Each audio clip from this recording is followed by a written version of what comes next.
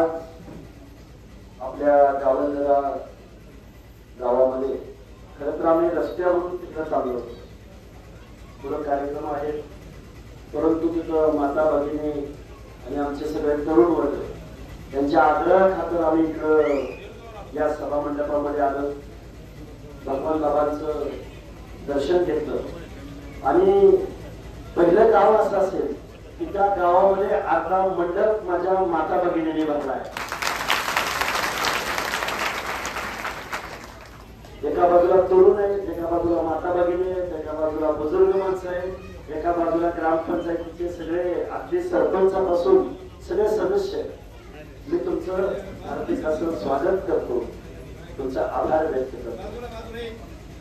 खरं तर काही लोकांची नावं या गावच्या सरपंच अविला सौंदरमण, उपसरपंच आमचे मित्र बिभीषण बडे, सुदामराव बडे, बाबासाहेब बडे, सुरेश भोले, विलास भोले, दिलीप बडे, नानाभाऊ बडे, व्ही.एस. भोले, भगवान भोले, सुदाम भोले आणि भाऊसाहेब राठोड आणि आम्हाला नेहमी मार्गदर्शकाच्या भूमिकेमध्ये असणारे आपले ज्येष्ठ नेते नानासाहेब तिडके.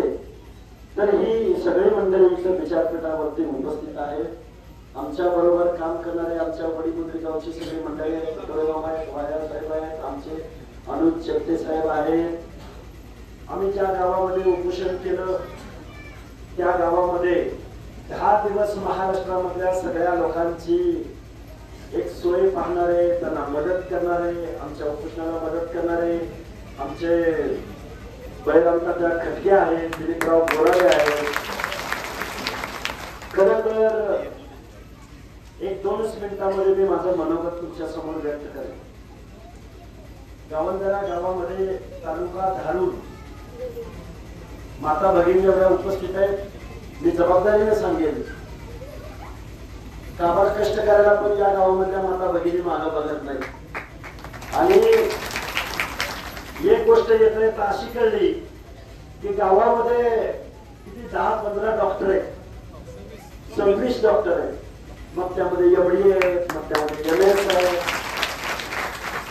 मग बाकीचे PSI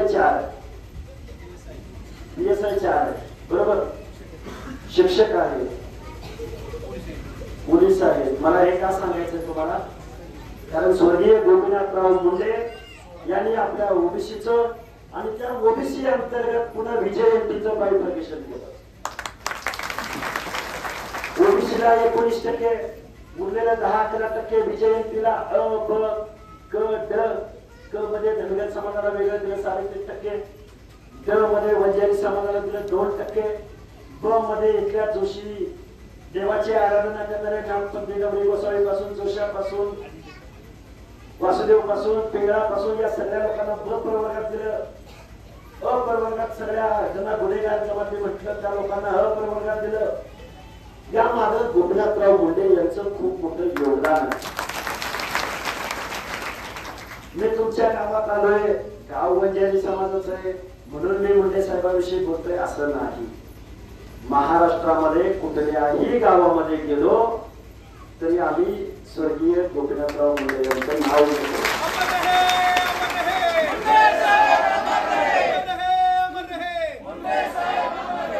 खरं तर काय असतं, गोपीनाथराव मुंडे हे असे नेते होते.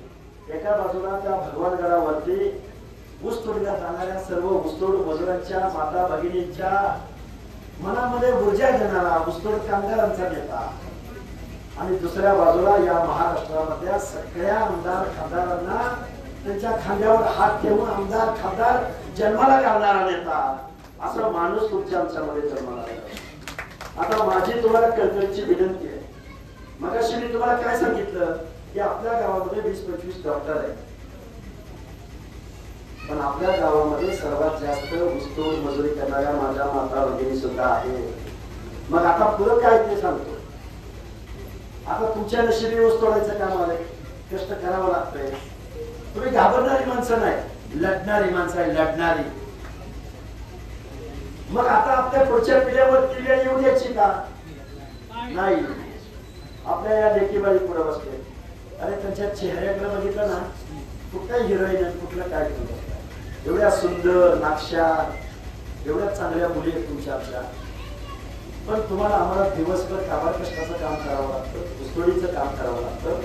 दसरा दिवाळी आले आणि तिकडे कारखान्याची धरणी पेटली की आमची गावं इकडं ओस पडली, गावातलं दुकान बंद, गावातलं हॉटेल बंद.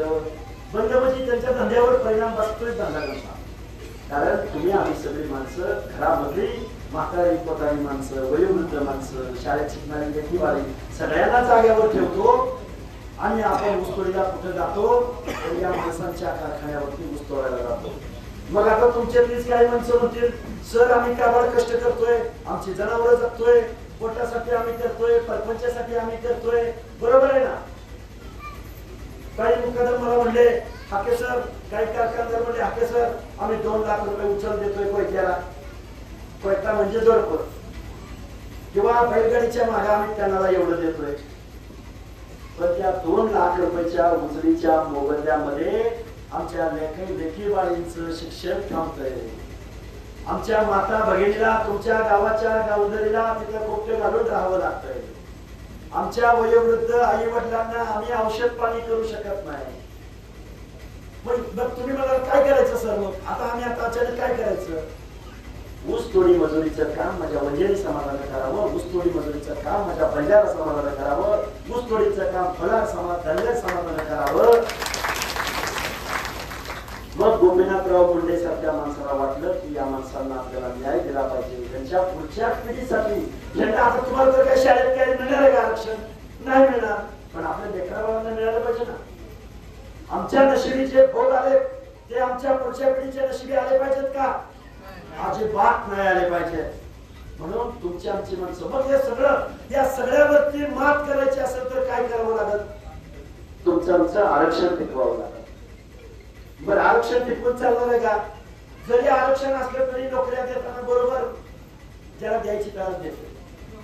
तुम्हाला निधी मिळत नाही, तुम्हाला जिल्ह्याच्या ठिकाणी हॉस्टेल मिळत नाही. मग याच्यावर सगळ्यावर पर्याय काढायचा असेल तर पंकजाताई सारख्या माणसाला, अनुभव सारख्या माणसाला, तुमच्या आमच्या मुल्या तुमच्या आमच्या प्रश्नाची जाणीव होत असलेल्या ऊसाची गाडी भरून ज्यावेळी रस्त्याने जात असते आणि त्या भरलेल्या गाडीवरती तुमची आमची एखादी माता भगिनी असा कासरा धरून उभा राहिलेली असते आणि ती बैलगाडी पुढे जात असते. मग शहरामधला एखादा पत्रकार येतो आणि त्याचं शूटिंग काढतो, त्याचा फोटो काढतो. तोच फोटो दुसऱ्या दिवशी पेपरमध्ये छापून येतो. पण ते काम करण्यासाठी काय यातना सहन करावे लागत असते, काय त्रास सहन करावा लागत असेल तो तुमच्या आमच्या लेकरालाच माहित असेल ना. तुमच्या आमच्या समाजामध्ये जन्माला आलेल्या एखाद्या नेत्याला माहित असेल ना. म्हणून तुमची आमची माणसं निवडून गेली पाहिजेत, आमदार खासदार झाली पाहिजेत. आता मगाशी सांगितलं इथं मनोगत व्यक्त करत असताना की एवढी मतं ताईला पडली आणि एवढी मतं नुसती गावाने मतं देऊन टाकण्यात चालणार नाही. आपल्याला आपलं गाव तर 100% होणारच आहे. पण इथं उपस्थित असलेल्या तरुणांना सांगणं माझं, गाव वडाळ्यामधल्या हे आपल्यावर जबाबदारी आहे. नुसतं भांडून चालणार नाही, आत्महत्या करून तर अजिबात चालणार नाही. बघा ताईंचा पराभव झाल्यावर 4-5 पोरांनी आत्महत्या केल्या, वाईट वाटलं. आत्महत्या हा पर्याय आहे का? अरे लढणारी माणसं आहे तुम्ही, आम्ही दुष्काळावर मात करणारी तुम्ही आम्ही माणसं आहे. अरे घरामध्ये संकट आलं, कर्ज झालं, अरे ऊस तोडायला जाणारी तुमच्या आमच्या माता भगिनी, ऊस तोडणाऱ्या माता भगिनी आत्महत्या करायची असतात का? अजिबात नाही. तुमच्या आमच्या लेकराला शिकवायचं, संकटाच्या छातीवर पाय देऊन वर थाई थाई थाई नाचायचं, आत्महत्या नाही करायची. निवडणूक हार जीत येत असते, जात असते, आहे ना. अजून पुढे खूप कालावधी आहे. माझी तुम्हाला कळकळीची विनंती आहे, माता भगिनी उपस्थित आहेत, राजकारणावर बोलणार नाही, पण तरुणांना मात्र सांगेल, आजूबाजूच्या गावामधल्या आम्ही काय ठरवलंय सांगतो तुम्हाला. तात्या, आपण सगळ्या लोकांनी काय ठरवलंय आता महाराष्ट्रामध्ये? मगाशी येत असताना आमचा सत्कार झाला, तरुणांनी घोषणा दिल्या. बीड जिल्हा मगाशी काय जो घोषणा देत होती पोरं, बीड जिल्हा मुंडे साहेबांचा बालेकिल्ला. मी कुठून आलोय? सोलापूर जिल्ह्याच्या शेवटच्या टोकावर इकडे आलोय. ताईला लढायला तरी संधी मिळाली, पण आमच्या पश्चिम महाराष्ट्रामध्ये तिकीट सुद्धा मिळत नाही.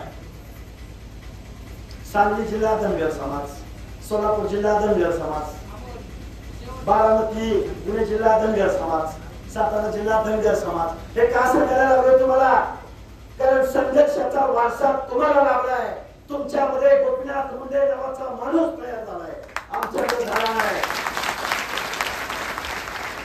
मग आम्ही सांगायला तुमच्याकडे हे आलोय.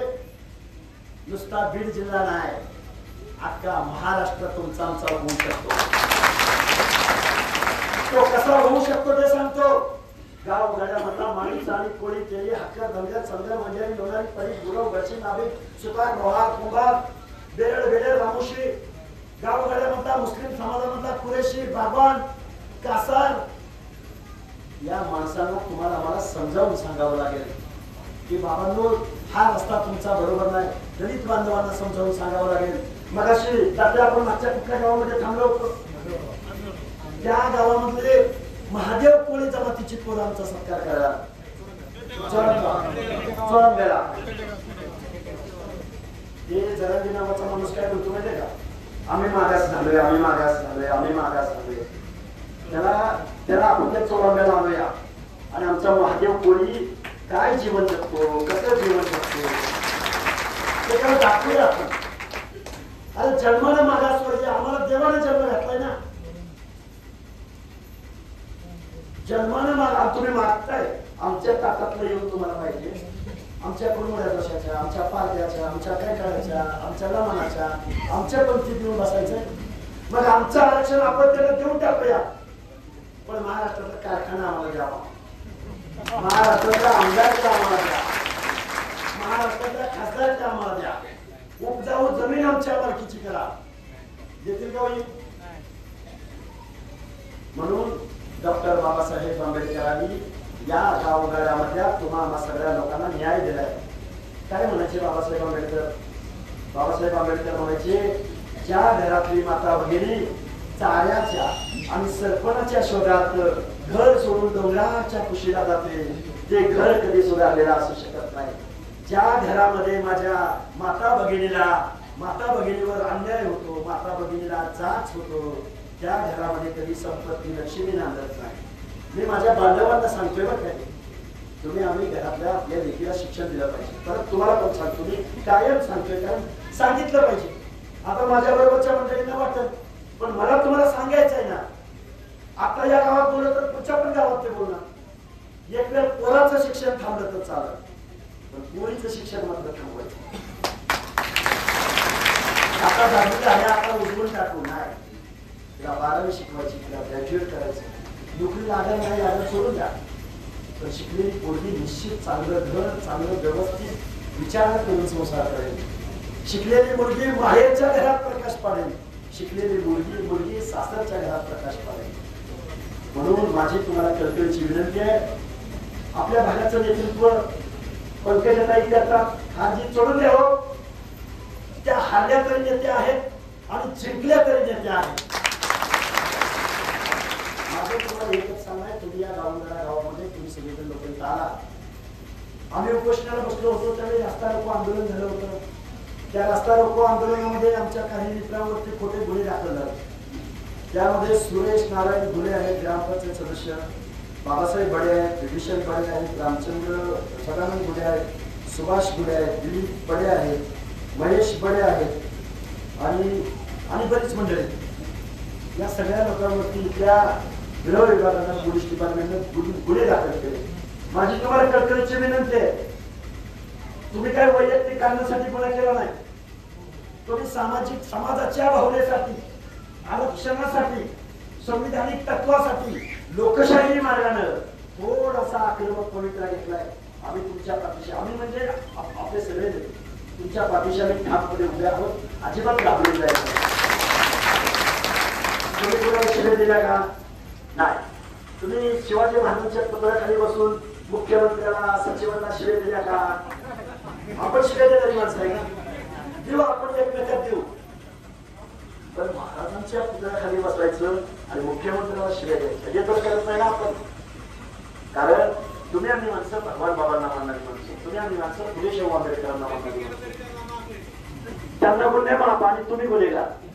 त्यांनी त्यांच्या एका जातीला मागायचं आणि आपण 450 जातीची भाषा बोलायची. मग तुम्ही जातीवादी आणि तुम्ही महात्मा. काय चाललंय? माझी तुम्हाला कळकळीची एकच विनंती आहे, खूप काही बोलता येण्यासारखं आहे. तुमचा बटोले मामा बसले, बटोले मामा बोलायला लागले ना, माझं तुम्हाला काय सांगणं आहे की बाबांनो, तुमचं आमचं आरक्षण टिकलं पाहिजे, तुम्हाला आम्हाला पुढे गेलं पाहिजे. गावाघरातल्या सगळ्या लोकांची एकली. परत एक जाता जाता सांगतो, निवडणुकीचा निकाल आपल्या बाजूने कधी लागतो ते सांगतो. मतदानाला जाताना एकट्यानं जायचं नाही. मी माझं मतदान ताईला देणारा एवढं भागत नाही. प्रत्येक तरुणाने घोषणा देऊन भागत नाही. प्रत्येक तरुणाने ठरवलं पाहिजे मी माझं तर मत देईनच, पण मी 100 मताची जबाबदारी घेईन. गावातल्या नाही, गावातल्या नाही, नुसत्या गावातल्या. नाही तर गावातलं 10 जण येते नंतर मी 100 मत तीच नाही. मी शेजारच्या गावात माझी ओळख पालक आहे. मी तिथून 100 मतं काढली. ती कुणाची आहे? तुमच्या आमच्यासारख्या बांधवाची, महादेव उपळ्याची, वेगवेगळ्या रामोशाची.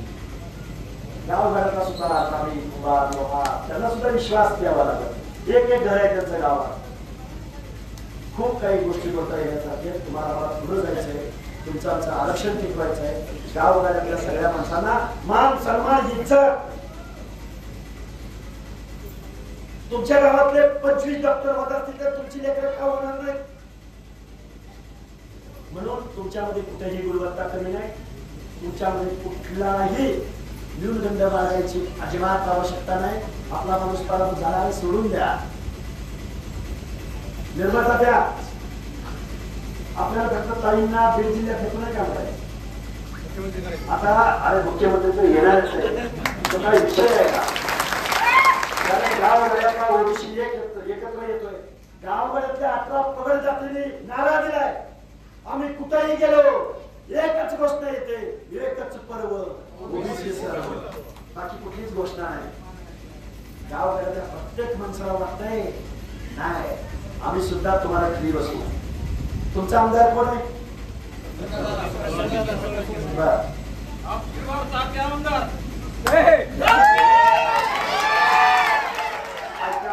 नुसतं म्हणून चालणार नाही, नुसतं म्हणून चालणार नाही.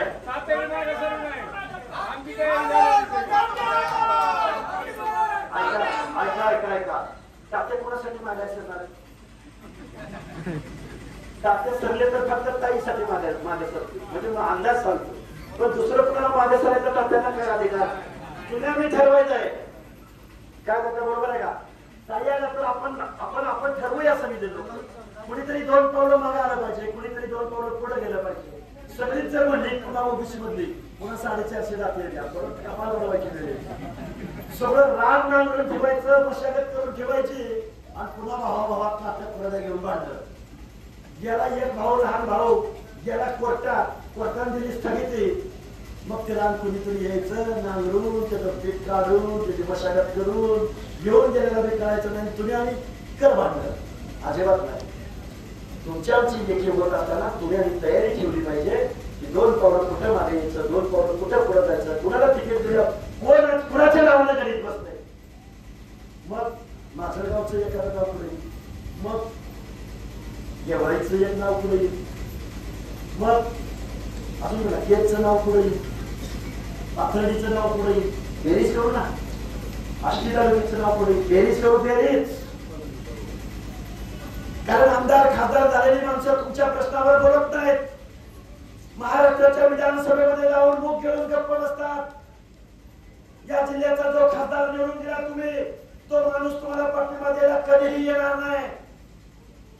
मग मुस्लिम बांधवांना समजावून सांगावं लागेल, तुम्ही ज्यांना मतदान दिलं तो माणूस विशाळगडाला तुमची मस्जिद तोडली, माझ्या मुस्लिम समाजाच्या माता भगिनींना रस्त्यावर आणलं, त्याच्यावर नुसती अपेक्षा व्यक्त केली एका मुस्लिम बांधवानं, पण त्याला तो सरळ सुद्धा बोलला नाही. अरे काय लायकी तुमची. मी का बोलतोय, खरं ते बोलतोय, वास्तव ते बोलतोय. खोटं कुणावर तर टीका करायची, कुणाला तर शिव्या द्यायची हा उद्देश नाही. कारण सोनं पारखायला शिका, आपल्या घरातली माणसं पारखायला शिका. आपल्या तुमच्यावर जबाबदारी आहे. माणसांच्या मनामध्ये भावना तीव्र आहे. तुम्ही बघताय गावागावामध्ये माता भगिनी रस्त्यावर उतरत आहे. आता जबाबदारी तुमची आमची सगळ्यांची आहे. या माणसांच्या मनामध्ये परिवर्तनाची भावना आहे. याचं मालक तुम्हाला करावे लागेल. आता जे निवडून गेले त्यांनी आपल्या बहिणीचा पराभव केला हे ध्यानात ठेवा. कोणत्या मनात बांधा, नाहीतर ते हाकेसला ऐकतो कुठलं तरी लांबचं काय बोललो, काय टीका केली, गेलं निघून, चला आता आपलं आपलं बघू. नाही, अजिबात चालणार नाही. कशासाठी रस्ता करायचं, कशासाठी आपलं दिवस पडायचं.